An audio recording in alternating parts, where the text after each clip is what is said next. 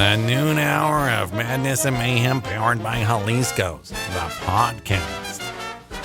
So, Victor, I think it was earlier this week, I asked the question on my show, not for to teach their own, just genuinely asked, does anybody know anyone that works for PETA? Because I feel like knowing somebody that works for PETA would be a nightmare.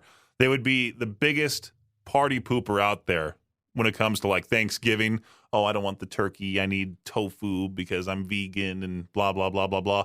So I titled the podcast, Does Anyone Know Anyone That Works for PETA? Uh-huh. What do I get in my email today? Somebody who represents PETA. Reaching out to you, huh? Reaching out to me.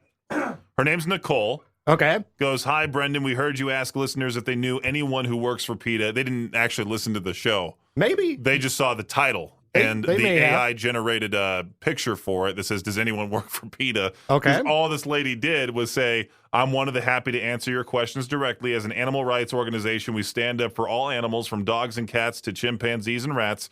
And while we don't expect everyone to agree with all of our campaigns, we're sure that if you take a look of what PETA does, you'll find that we share a lot of common ground. You may be surprised to see some of our many victories for animals, including prompting the rescue of nearly 4,000 beagles from notorious laboratory supplier in Vigo. Yeah. Securing the rescue of 25 chimpanzees and counting from decrepit roadside zoos and private homes, as profiled in HBO's Chimp Crazy.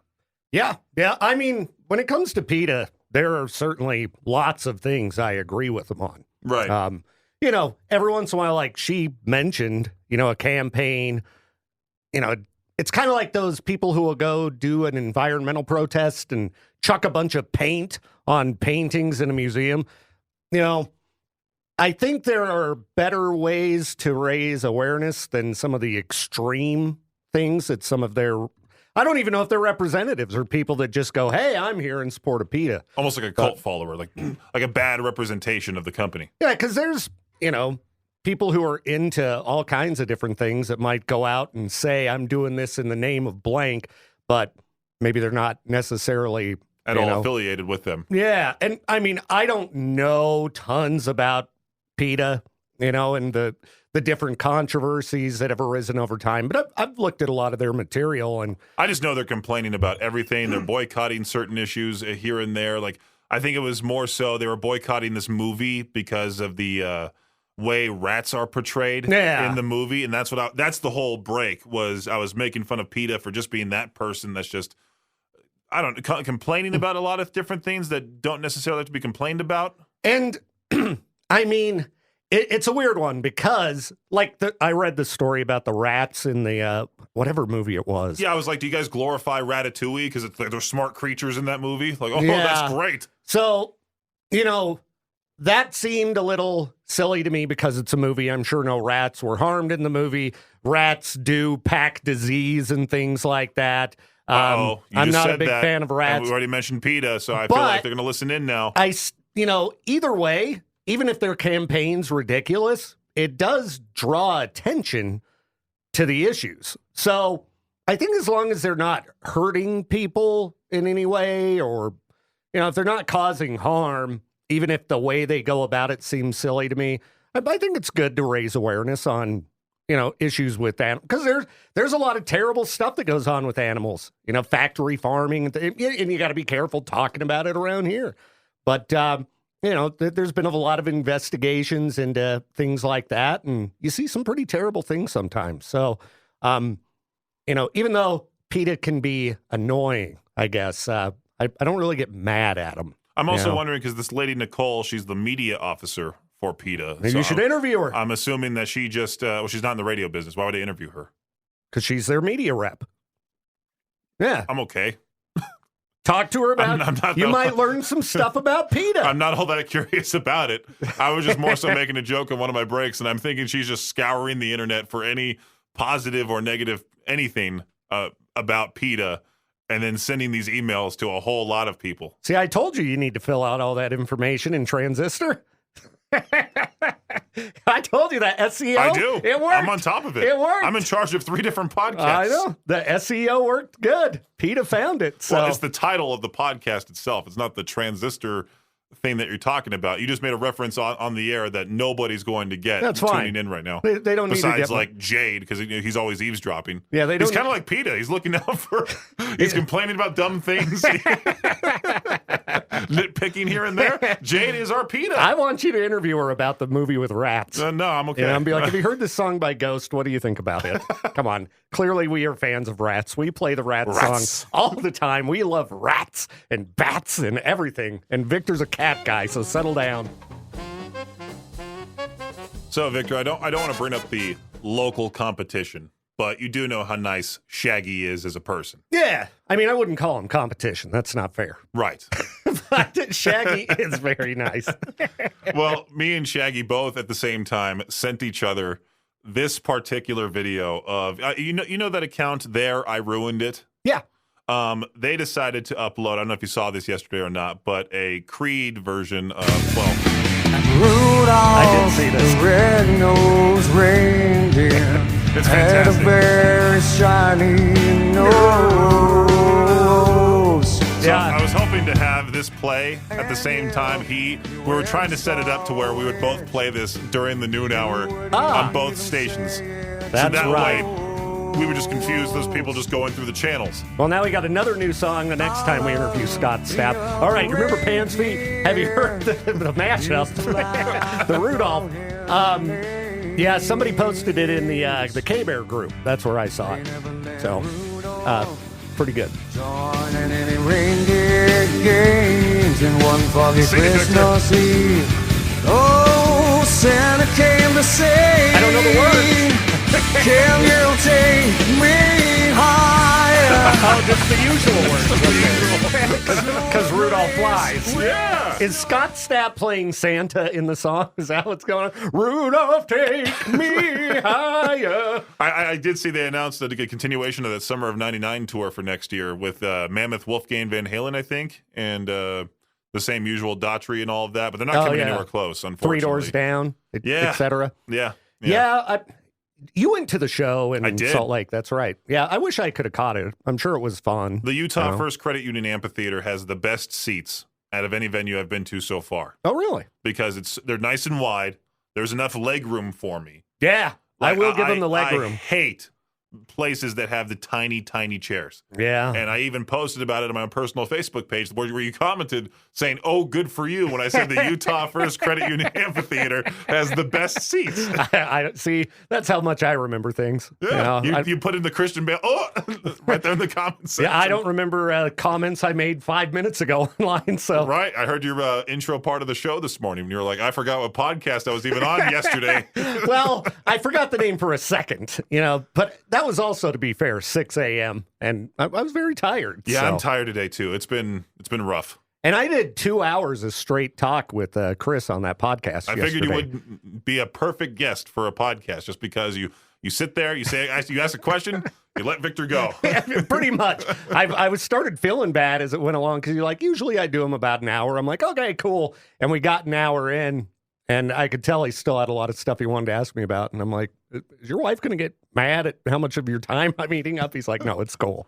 I mean, when I had John on the podcast, I got carried away and I showed him a bunch of different videos and what's it called? He can tell like he was wanting to get going, I think, or at least I'm just an overthinker like that, and I think he wanted to get going, and I'm like, oh, thank you, John, appreciate it, and just logged off after being on Zoom with him for 2 hours. Yeah, it was fun. It was fun to be on the other end, not running the show. It was nice. Yeah, So- at some point I would like to be a guest on a podcast, but we'll see. Yeah, If I'm ever cool enough for one. we got to get these local guys. Come on, let us Right. on your show. Yeah. Come on. Victor, when I go onto Instagram, I sometimes see podcast highlights of other people talking about whatever. Yeah. And there's these 3 dudes that I guess run this podcast. I don't know what the title of it's called, but this conversation has gone viral between the 3 guys because they highlight this orangutan that used to live. Oh, what zoo was it? It used to live in the San Diego Zoo. Okay. And they called him Harry Houdini, but his name was Ken Allen. Now, they named the orangutan Ken Allen, out of all things. That's a weird name for And an orangutan. Ken apparently was an escape artist. He would always escape the pen, and he hated a fellow orangutan named Otis, and he was caught stoning Otis a couple times. And I Hit think him with rocks? the zookeepers were finding out, like, they were thinking that, like, it's because Otis had 3 females in his pen and Ken didn't. Oh. So Ken was upset. Well, I'll bet. It's messed up. Give Ken some companionship. And one of the zookeepers accidentally left a crowbar in Ken Allen's pen. So That's terrible. Ken didn't know what to do with the crowbar. One of the females that was in his pen, because I think there was like 2 or maybe just 1 female in Ken's pen. The other one had a lot of them. Yeah, the other one was like the playa of the San Diego Zoo. And so one of the female orangutans somehow used the crowbar to open up some crevice to where Ken Allen escaped again. I love that. I need to find the official audio of these guys talking, because the way that they did it, the way that they talked about, because they were trying to say, like, oh, the maintenance guy who dropped the crowbar was in on Ken Allen's escape. I think Ken was just wanting to escape. Could be. Overall. I saw that movie Chimp Crazy, that TV show we talked about Chimp earlier. Crazy, yeah. Yeah. Dude, there are definitely people who would help, all kinds of primates escape from the zoo. There's people who are crazy about them. But so Harry Houdini, or Ken Allen, lived from 1971 to 2000, and yeah, he would he was like basically prison break multiple times. There was it's a whole story behind him, and the whole stoning Otis thing had me dying laughing, just because I can imagine you pull up to the San Diego Zoo and you just see an orangutan just chucking rocks. That's not even in his pen. He's just out with the other zoo fans. Yeah, like. You can't give a monkey rocks or weapons, all right? They cannot be trusted. They're too much like people. I've seen that movie 2001. Wow, he died of prostate cancer at 29 years old. He developed prostate cancer, then he was euthanized on December 1st, 2000. Poor Harry Houdini. Ken Allen. I love that whole story. It just makes me laugh. Oh, man. That's good stuff.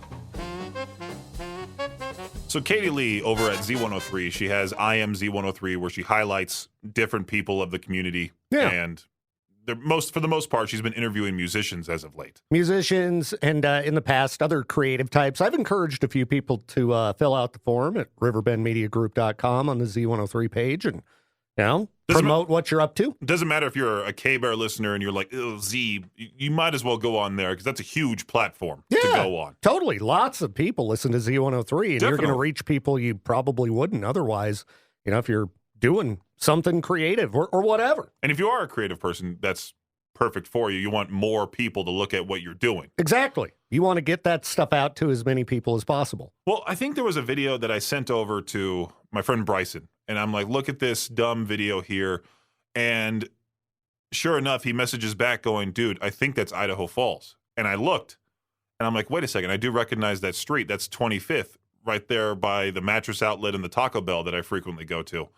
And sure enough, this girl named Carolina Roslin, she's recording herself driving, and there's people making driving mistakes on the dash cam right there all around Idaho Falls, and that's all she does. She just posts people here in the area making driving mistakes. There was somebody that went through the roundabout, and completely messed up. There's another part where someone she came to a 4-way stop. I forgot which one it is in town, but sure enough, the first person to move was the person that wasn't supposed to move and almost caused an accident. Yeah. She's commentating on it while driving, because there's a camera on her in the car too.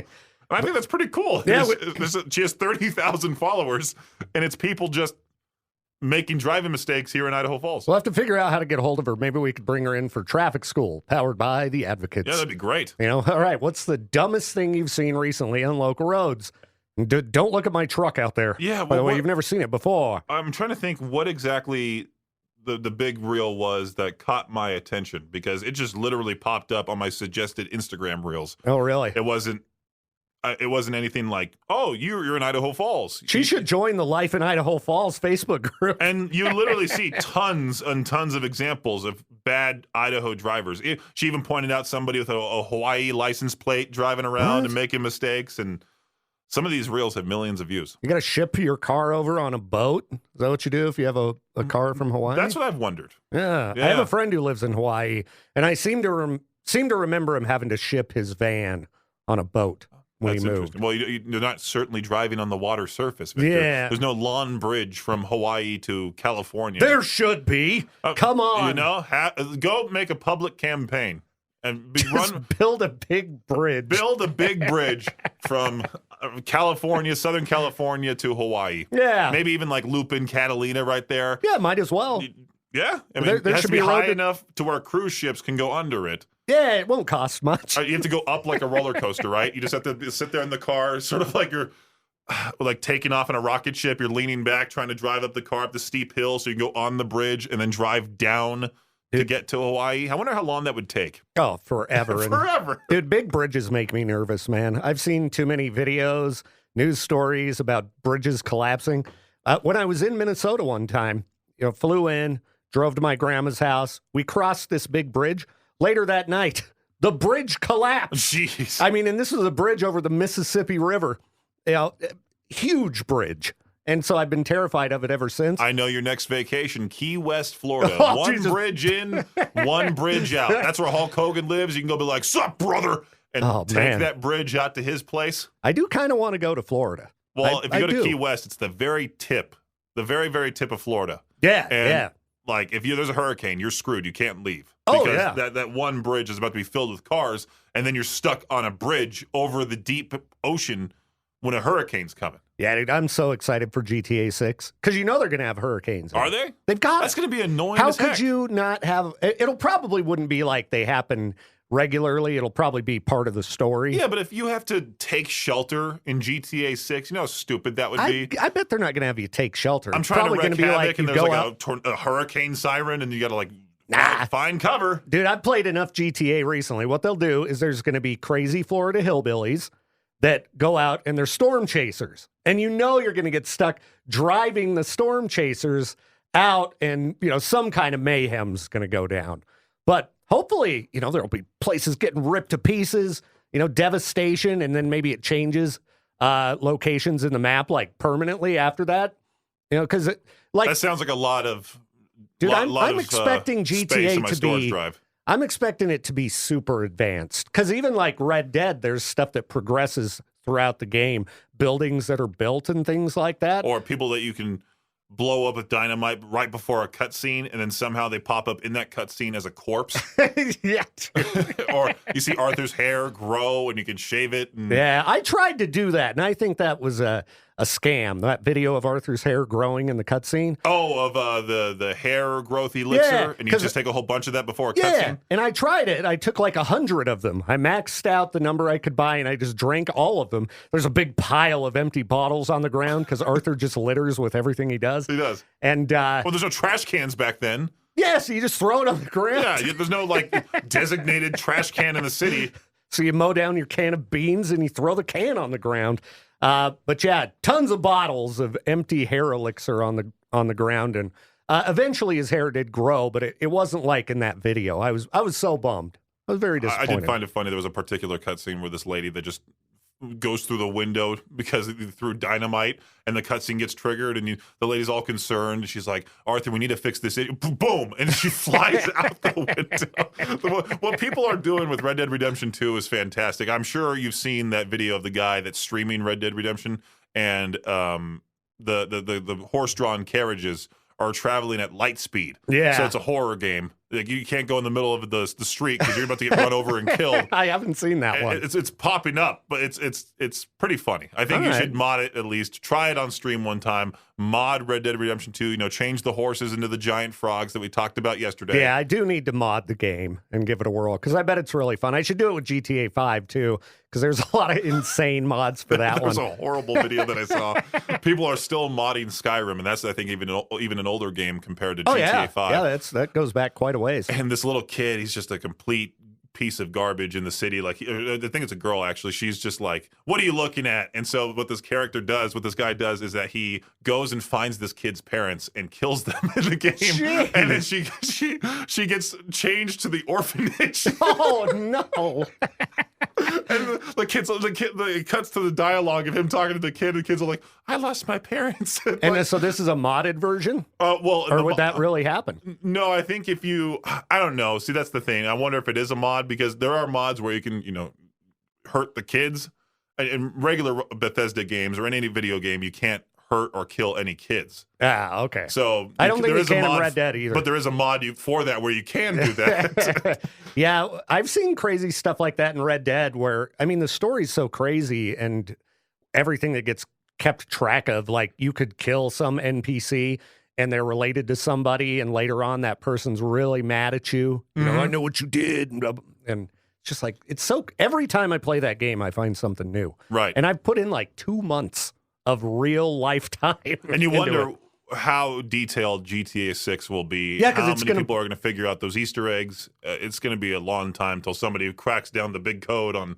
Yeah, because people are still finding stuff in GTA 5. Mm-hmm. You know, that game's been out for a decade. There's unfinished stuff in Red Dead Redemption 2 and GTA 5. Mm-hmm. Like in Red Dead, there's the giants that you never meet, and Yeah. you were supposed to meet them, but I that always- never got made. I always say, hello, Peaches, Yeah. when I get to that part. Oh, sure. The noon hour of Madness and Mayhem powered by Jalisco's is a production of Riverbend Media Group. For more information...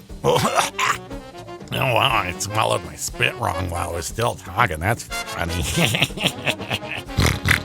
All right. Okay, where was I? Oh, for more information or to contact the show, visit riverbendmediagroup.com.